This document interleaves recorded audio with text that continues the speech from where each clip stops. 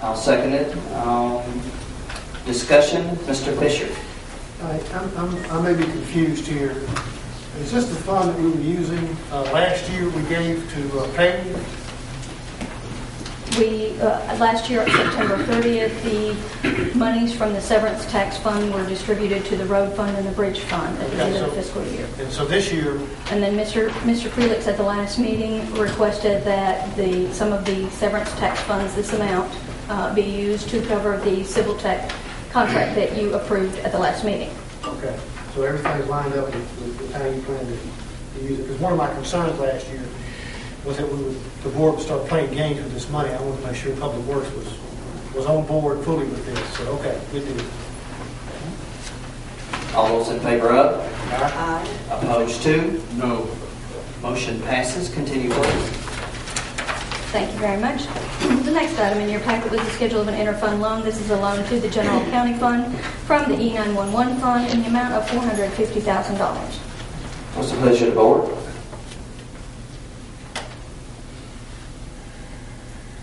What is the pleasure of the board? So moved. It's been moved. Is there a second? Is there a second? I'll second it. Discussion? Discussion? Yes. Mr. Stokes? Thank you so much. I guess my first concern is the amount of money. This is almost $500,000, $450,000. And we're taking it from E911 funds. And I think that should be that police communication of police. The emergency 911 communication system. So if emergency comes and this money is removed. In preparing the documents for the board and in borrowing this money from the 911 fund, we typically leave a certain set amount, and I communicate normally with Jimmy Lewis, the Director of Emergency Management, to make sure that he has enough cash on hand to pay his bills and anything that comes. So he's in favor of what you're saying? He is aware that this is being done, yes. Is he in favor, aware of, in favor of It's a I'm sorry. His board approves of an expenditure prior to coming to this board, his council, Again, his other bosses. about interfund transfer. And I know it might be something that the board has been doing and with everywhere else, but it just seemed proper that if we don't have the money, then we don't do what we're trying to do. You spend the money that you have. You put yourself at risk of placing the county in a position where the county can go bankrupt. Now, I know money is coming in, the tax assessors here, they can tell us how much we're going to get, but suppose something happens, we have a shortfall. So, I know we're borrowing from people to pay Paul, but is that good government? And I think not. Thank you. Mr. Fisher? Well, that's refreshing to hear after 4 years of saying the same thing. Well, I might take my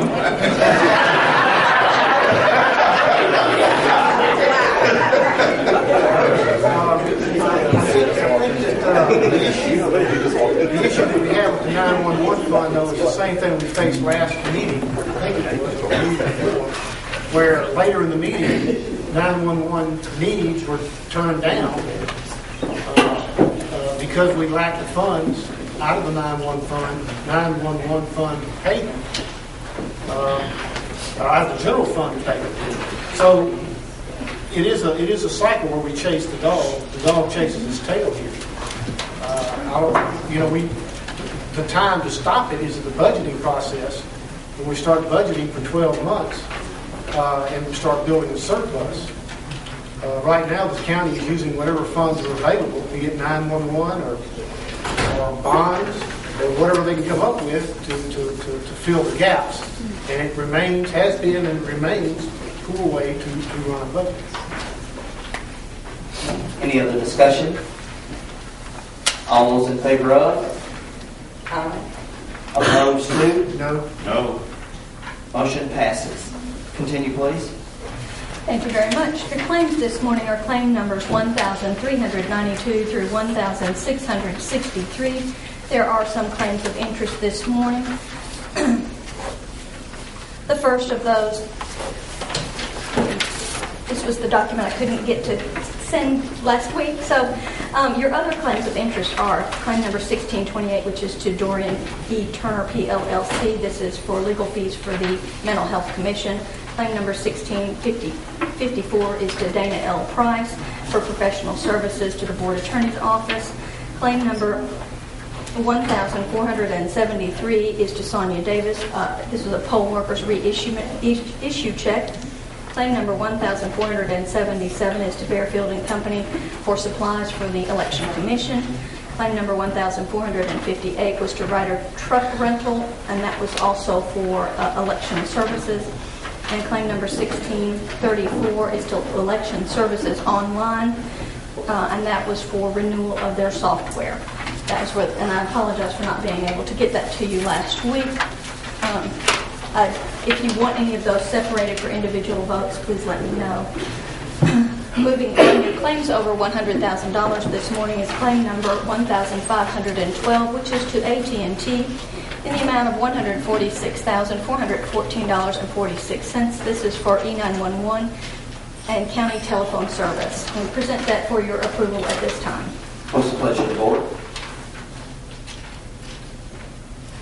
I move for approval. It's been moved. Is there a second? Is there a second? I'll second it. Discussion, Mr. Fisher? Well, that's really not on the motion. The phones in the District 4 still don't work. We're still having the same problems that we were, since we're talking about AT&T. That tricked my memory on that. And also, if we could, on the next agenda, on the next meeting, get AT&T to update us on where we are with Phase 2 and how much longer we are before that's completed. We received some information on that last week, but Mr. Fisher would be glad to make sure that we make a note of that. I think it's just about ready to go, but we do need an update on that, and I'll make sure that we have it for the next board meeting. Mr. Stokes? Thank you. What's the status of our claims in terms of, are we current, paying bills, are we a month behind, 2 months behind? No, sir. They are All current. bills are up to, everybody will turn in up. Everything, every bill that is on this docket that you will approve today will be mailed out today. So we don't owe anybody. That is correct. Other than brand new bills that have come in since last Wednesday. Wednesday, I think, was the run date for this, Tuesday or Wednesday. So that's the only people we owe something that is coming, but nobody else that we owe don't have any old debts or old bills. No problem. Okay, thank you. Okay, it's been moved and properly second. All those in favor of? Opposed to? No. Motion passes. Continue, please. Thank you very much. Your regular claims are 1392 through 1663, less claim number 1512. We present the remaining claims for your approval. What's the pleasure of the board? Move for approval. It's been moved. Is there a second? Second. It's been moved and properly second. Discussion? All those in favor of? Aye. Opposed to? No. Motion passes. Continue, please. Thank you very much. We have the order approving the claims portion of the minutes for today, January 3rd, 2012, for your approval. So moved. It's been moved. Is there a second? It's been moved and properly second. Additional discussion? All those in favor of? Aye. Opposed to? No. Motion passes. Continue, please. That is everything. Thank you very much. Okay, we will continue with the printed agenda. Supervisor Calhoun. Thank you, Mr. President. This morning I have an item on the agenda for the submission of paperwork for the closeout of the Highway 80 contract. Earlier on, the Mississippi Department of Transportation, along with our architect and myself, did a final inspection of the Highway 80 landscaping project. Our architect has requested that MDOT releases our contractor for the maintenance of that project, and is saying that everything is satisfactory. Upon MDOT releasing a release maintenance letter to Hinds County. Then Hinds County has to likewise release a letter of maintenance to MDOT. Once that is done, actually we have, the reason I have an item on the agenda today to request this board's approval for the release of maintenance is because once we receive information from MDOT, Hinds County will have 7 days to apply to release information. Because of the timing and the critical fact that we have to respond to MDOT within 7 days, I'm asking this board to allow the president to sign a release of maintenance. I will get all of that information to the president, the letter, I'll prepare the letter, and everything, and get that information to the president for release. So this morning, I'm just simply asking that this board approve for the president's signature, again, to release maintenance to the contract. So my motion is Second. thank you. Okay. It's been moved and properly second. Discussion? Let me just say there are, Hinds County will be responsible for maintaining the Highway 80 landscaping project. Okay. Some time ago, an interlocal agreement was signed by the Sheriff's Department and the Hinds County Board of Supervisors, stating that we will be responsible for maintaining the landscaping. We still have a bit way to go, but we've come a long way from the initial development of that project. And Sheriff Lewis, I will get it, we'd be concerned with that project, along with our public works director.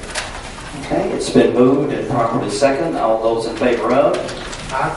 Opposed to? Motion passes. Will the clerk please read the order? Resolved to approve the president to sign the release from maintenance to Rotolo for the Highway 80 landscaping project. Okay, thank you very much. Continuing with the printed agenda, our newest supervisor for Hinds County. Let me also welcome Mr. Stokes. Several items on the agenda. The floor is yours, Mr. Stokes. Thank you, Mr. President. Mr. President, the first item is one where I had a conversation with the mayor of the city of Jackson to use the PEG network and to use the city of Jackson to broadcast the Board of Supervisors meeting.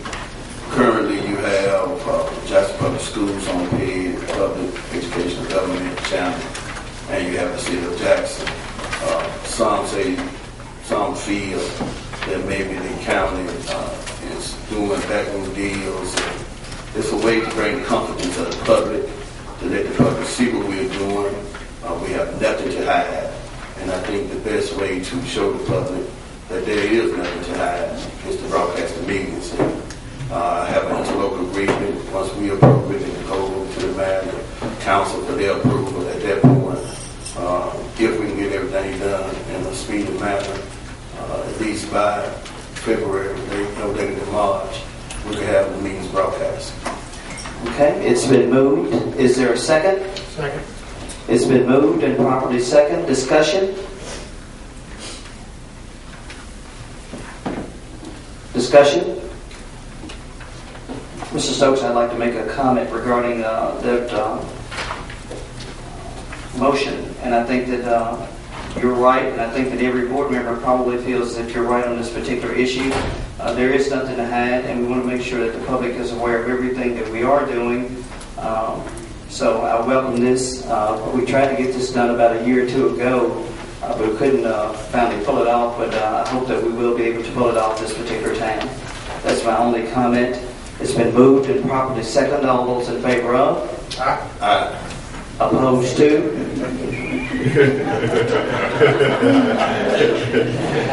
Motion passes. Will the clerk please read the order? Resolved to approve entering into an interlocal agreement between the City of Jackson and Hinds County to record and broadcast the regular meetings of the Hinds County Board of Supervisors on the public access channel. Okay, thank you very much. Continue, Mr. Stokes. Thank you, Mr. President. Sometimes you get a habit of raising your hand instead of saying aye, so forgive me if I make that mistake. The second item is discussion of the budget revisions. And what I want to do is pass to all members of the board the information that was provided to me. Hinds County Board of Supervisors budget adoption setting tax levy for fiscal year 2012 was found September 15, 2011. In this, on the expenditures, and when I met, I had a chance to kind of talk to members of this body, and I asked Supervisor Calhoun how much did we really have, and she told me a little over $50 million to spend. And at that point, I told her, I know it's got to be more money than that. The city does spend anywhere from 100 to 400 million, and the county is a lot larger than the city. And we got into the issue of sales tax and other issues, but unless something's changed, this is the information they gave me. Now, in terms of expenditures, we're going to have 18 plus million for general government, and I'm going to ask the county administrator and others to break that down. What's all included in general government. Not today, we'll get it in written form. Public safety and courts, right at 30 million. Health and welfare, a little over 2 million. Culture and recreation, 45,000. Conservation, 155,000. Economic development, 50,000. Debt service, which you must have, is 2 million. And other finances, we're going to find out what those are also, and that's over 410,000. You cannot have good government and you don't have what I consider a reserve. And I asked Ms. Woods again today, what's the reserve? And she said right about $450,000. Now, in government, if an emergency comes and you're not prepared, then you can shut the government down. You need at least, I would think, 5% of your budget. Now, I know it's hard times and we might can't have 2.5 million, but we at least need 2 million in reserve, money that can't be touched. And the only way we're going to get that kind of money, this body got to make some hard decisions, and we got to remove some monies. Now, example I give, if you have 5 children, and you get one child out of 50 million, 30 million, then somebody can suffer. Now, the next question is, when they say courts, what courts? How much courts are getting? You join public safety and courts. We need to know how much justice court is getting, county court, circuit court, chancery court, drug court, juvenile court, so we can make an intelligent decision as if we need to make some changes to make sure we have a reserve. If you don't have this reserve, you can been happening over the years, you haven't had it. But sooner or later, something's going to happen in this county, and you're going to be unprepared. It's better to be safe than sorry. That's why I put this item on the agenda, so that it's a discussion first before we bring any kind of order. Thank you, sir. Thank you, Mr. Stokes. Additional discussion? Additional discussion? Mr. Fisher? I think it's a good discussion to have. I think that I agree partially with him. I think 5% is a good start. Any budget, I think my figure's always been 10% is what we need to have in reserve. The issue is discipline of the board and not spending the money as it becomes available, not looking for other sources to spend the money in order to make up for it, and not continuing the bad practices of budgeting that have been exhibited in the past. So the challenge is going to be not only to go through the budget and make revisions, but the challenge is going to be for the Board of Supervisors to then keep their hands off of it. The only way I know for that to happen is to have a supermajority vote required, 4 or 5 people, to spend money out of the surplus. So there's a lot of things to be discussed, and it'd be a good discussion to have, and I think it would do the county budgeting process and the whole county process a great deal of good for us to have this discussion. And so I welcome this brother in arms here as we talk about the budgeting process. I hope you don't change your mind now that you know that I am with you. And nevertheless, I think that it's not only putting the money aside, but it's also protecting the money by restricting the voting ability of the board members to then reach out and grant it to hire new people, or to buy more cars, or to do the other things that the board seems to find whenever money lands in its lap. Thank you. Thank you, Mr. Fisher. Additional discussion? Ms. Calhoun? Yes, Supervisor Stokes, I agree that public safety and our court system is 50% of our general fund budget. And one reason for that is the public has made a demand that we prioritize and put law enforcement, supporting law enforcement up front. In doing so, we adequately funded the Sheriff's Department so that the sheriff could hire employees to provide public safety on our roads, etc. We have a number of courts listed within this $30 million. We have our criminal, our circuit court, our chancery courts, our county courts. All of those are listed within this budget. Now, we can give you a breakdown of what each department receives, and once we do that, perhaps the $30 million will not look so astronomical, but we consolidated all of law enforcement, and in doing so, it does represent 50% of our general funds budget. The district attorney's office is included in this total amount. The public defender's office is included in this $30 million as well. I wish we had no crime in Hinds County, but we do. And so in order to combat or assist the Sheriff's Department in decreasing that crime, we must adequately fund that department. And I'm not sitting here trying to change your mind in reference to the $30 million that's been appropriated. However, I think once you look at how much each department receives, then you may have a different outlook regarding the amount that's listed here. We also have to fund our jails. To this day, Sheriff Lewis, how many inmates do we have locked up in Hinds County's detention center and all of the others? To my knowledge, with all three facilities that we have a 1,000-bed facility, and we're at capacity now. We're at capacity. Yes. In providing for those inmates, the law requires that we provide medical, food, recreation, clothing for those inmates that are locked up. And that's quite expensive. For a number of years, our medical for inmates has at some points exceeded $3 million just to provide inmate medical.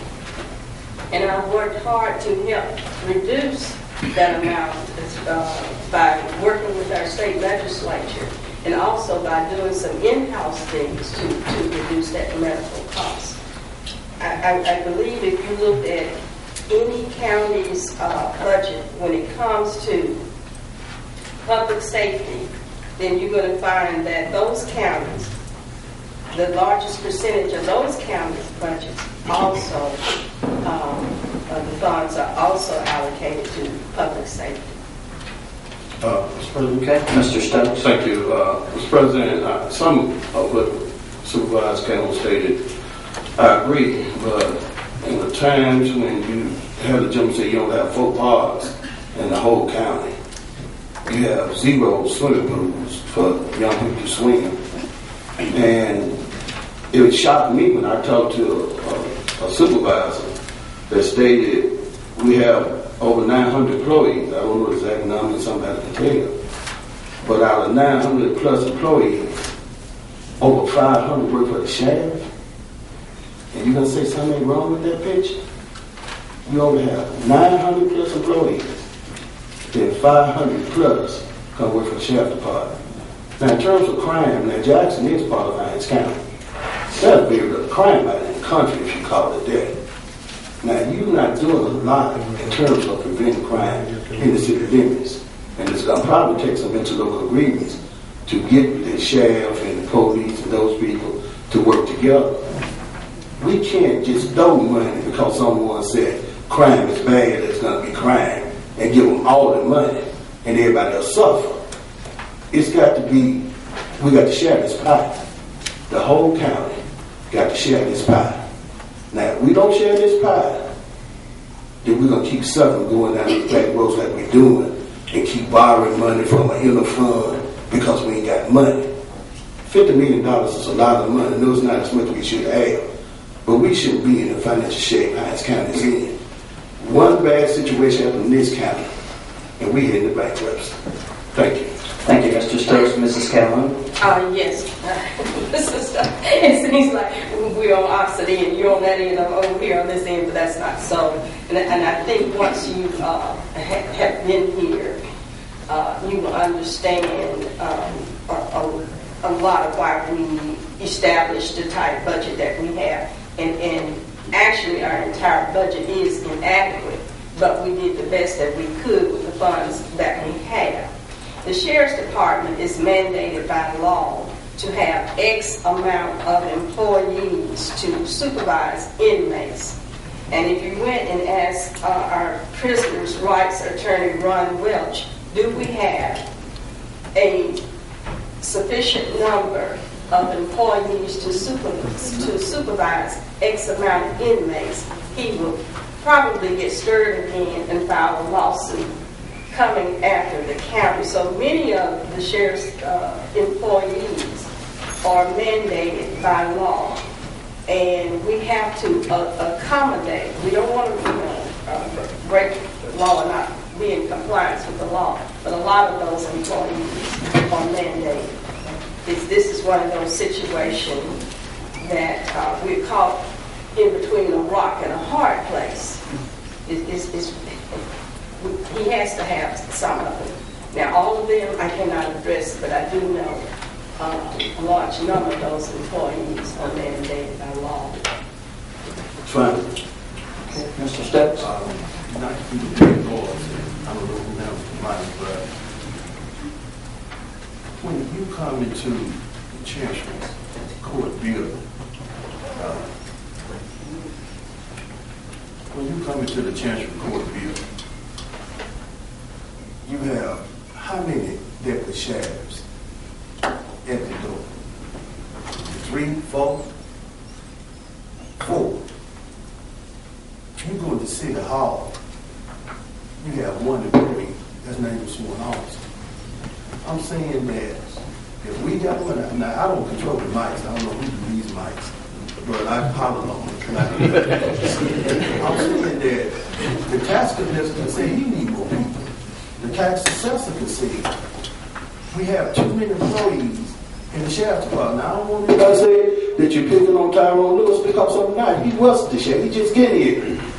But you know and I know that there's no way you should have given Chair McMillan all that money and all this employees. And I'm going to say it, I ain't scared. Shouldn't have done it.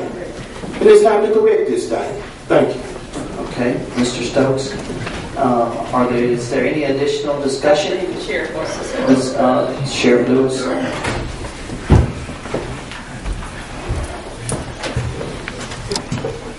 Thank you, Mr. President of the Board.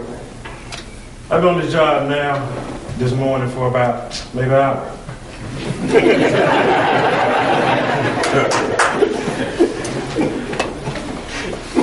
I'm asking to have the ability to do a fair assessment of the Sheriff's Department.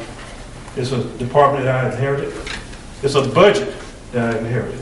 If I had my way, it would be $38 million, like the city of Jackson. We have a population of 250,000 taxpayers in Harris County. We have 900 some square miles to cover. City of Jackson has a population 170 with less miles to cover, with a budget of $38 million. And an employee list of about 1,000.